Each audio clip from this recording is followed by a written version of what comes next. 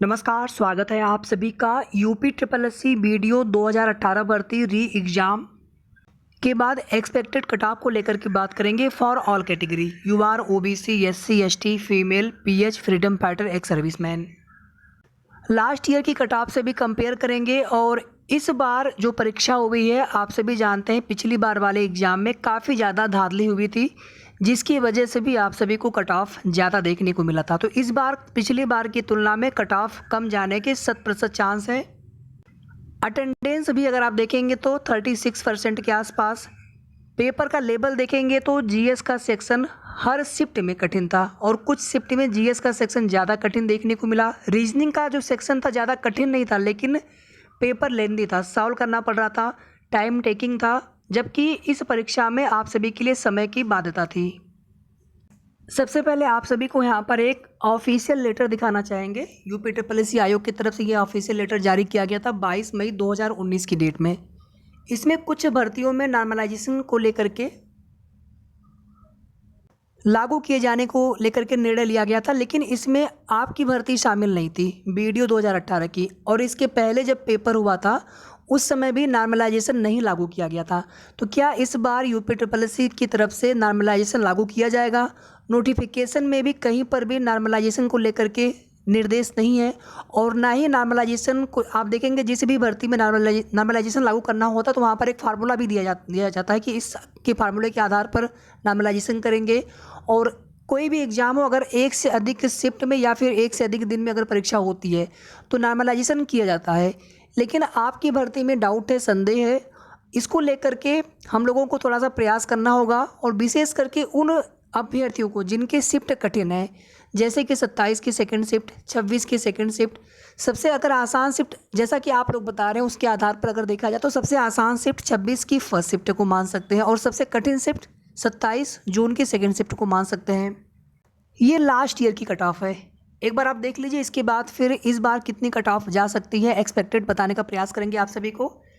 इसमें अगर आप देखेंगे तो वर्टिकल रिजर्वेशन और हॉरिजेंटल रिजर्वेशन दोनों के अंतर्गत अलग अलग कट ऑफ आपको दिखाई पड़ रहा होगा। वर्टिकल में अगर आप देखेंगे तो अनारक्षित के साथ में ओबीसी एससी एसटी और ये आपका क्षैतिज आरक्षण के अंतर्गत, जिसमें महिला आरक्षण, फ्रीडम फाइटर, स्वतंत्रता संग्राम सेनानी, एक्स सर्विसमैन और पीएच में भी 3 कैटेगरी, 3 सब कैटेगरी। और आप में से जिनके भी नंबर थोड़े कम आ रहे हों आपको निराश हताश नहीं होना है, क्योंकि फाइनली तो 1953 अभ्यर्थियों का ही सिलेक्शन होना है जितने लोगों ने एग्ज़ाम दिया है। तो हमें अभी से किसी अन्य भर्ती की तैयारी में जुट जाना है।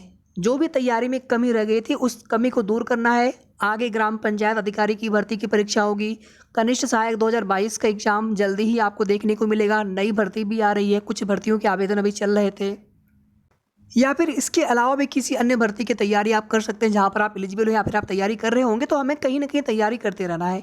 हमारा लक्ष्य है सरकारी नौकरी, तो उसके लिए हमें पूरी मेहनत से लगातार तब तक प्रयास करते रहना होगा जब तक कि हम सरकारी नौकरी पा नहीं जाते हैं। और यहाँ पर जो भी एक्सपेक्टेड कट ऑफ आपको बताने वाले हैं ये केवल एक अनुमानित कट ऑफ है। ऑफिशियल आंसर की आने के बाद चीज़ें थोड़ी सी और स्पष्ट होंगी। अभी आप लोगों ने जितने अपने मार्क्स शेयर किए हैं कि हमारे कितने मार्क्स या कितने क्वेश्चन हमारे करेक्ट हो रहे हैं नेगेटिव मार्किंग हटाने के बाद, और नेगेटिव मार्किंग का भी एक बहुत बड़ा रोल होगा। 1/2 नेगेटिव मार्किंग बहुत ज़्यादा होता है। बस आप ये समझ लीजिए कि जिस क्वेश्चन में थोड़ा भी डाउट लगा होगा तो यही आपके मन में आया होगा कि ये क्वेश्चन हम करें कि छोड़ दें, क्योंकि गलत होने पर 1/2 नेगेटिव मार्किंग है। 1/3 भी चल जाता है, 1/4 ठीक है, लेकिन 1/2 में आप चांस नहीं ले सकते थे। तो नॉर्मलाइजेशन को लेकर के स्थिति स्पष्ट नहीं है, लेकिन नॉर्मलाइजेशन होना चाहिए। इसको लेकर के हम सभी को प्रयास करना है आगे। इसमें आयोग के सचिव सर से भी मिलकर के निवेदन किया जाएगा। ट्विटर कैंपेन भी हम लोग रखेंगे। बाकी यहाँ पर आप वैकेंसी देख लीजिएगा कितने लोगों ने एग्ज़ाम दिया है। अब सीधे यहाँ पर कट ऑफ पर आ जाते हैं। अनुमानित कट ऑफ आपको बताते समय हमने एक चीज़ का और भी ध्यान रखा है कि आप देखेंगे कि जैसे जैसे आप आगे की परीक्षाओं में बैठते जाते हैं आप देखेंगे कि धीरे धीरे कट ऑफ हाई जा रही है। पढ़ने वाले बच्चे और मेहनत कर रहे हैं सिलेक्शन पाने के लिए, उसको भी ध्यान में रखा गया है। इस बार आप देखेंगे कि फर्जीवाड़े को रोकने की पूरी कोशिश की गई है सरकार की तरफ से, इसको भी ध्यान में रखा गया है। 1/2 नेगेटिव मार्किंग भी है, अटेंडेंस, पेपर का लेवल, लास्ट ईयर की कट ऑफ, सभी चीज़ों को ध्यान में रख करके हमने ये कट ऑफ आपके लिए बनाई है।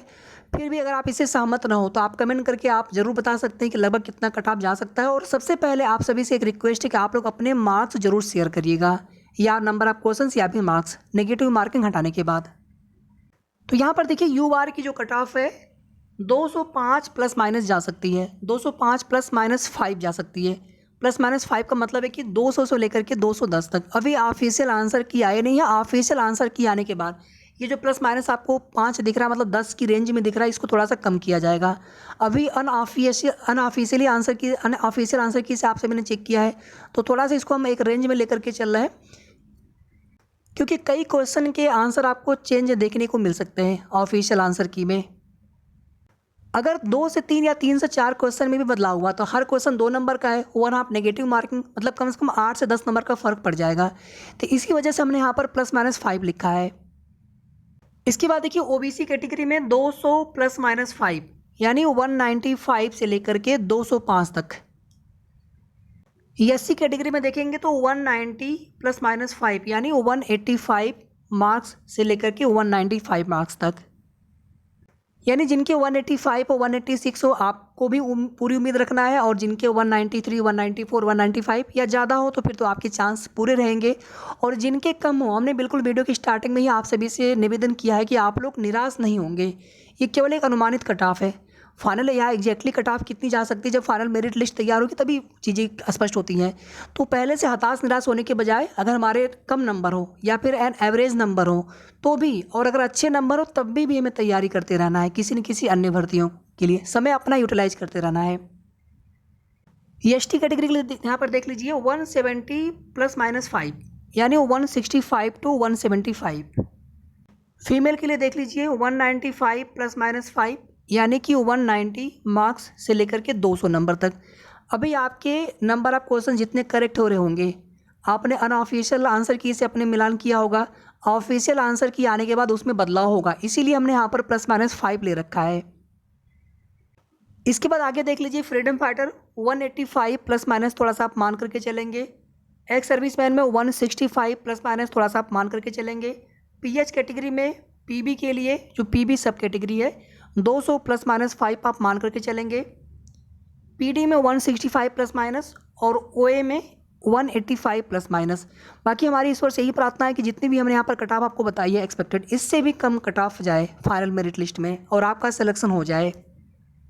ऑफिशियल आंसर की लगभग आपको 5 से 10 जुलाई या 5 जुलाई के आसपास मान करके चले। बाकी देखिए आयोग के ऊपर निर्भर है, वैसे तो आप देखेंगे तो 8 से 10 दिन का समय लेते हैं, कभी जल्दी कभी थोड़ा और भी समय लग जाता है। तो उम्मीद है कि जुलाई के फर्स्ट वीक में आपको ऑफिशियल आंसर की देखने को मिल जाएगी, और ऑफिशियल आंसर की आने के बाद आपको एक बार फिर से हम यहाँ पर कट ऑफ बताने का प्रयास करेंगे।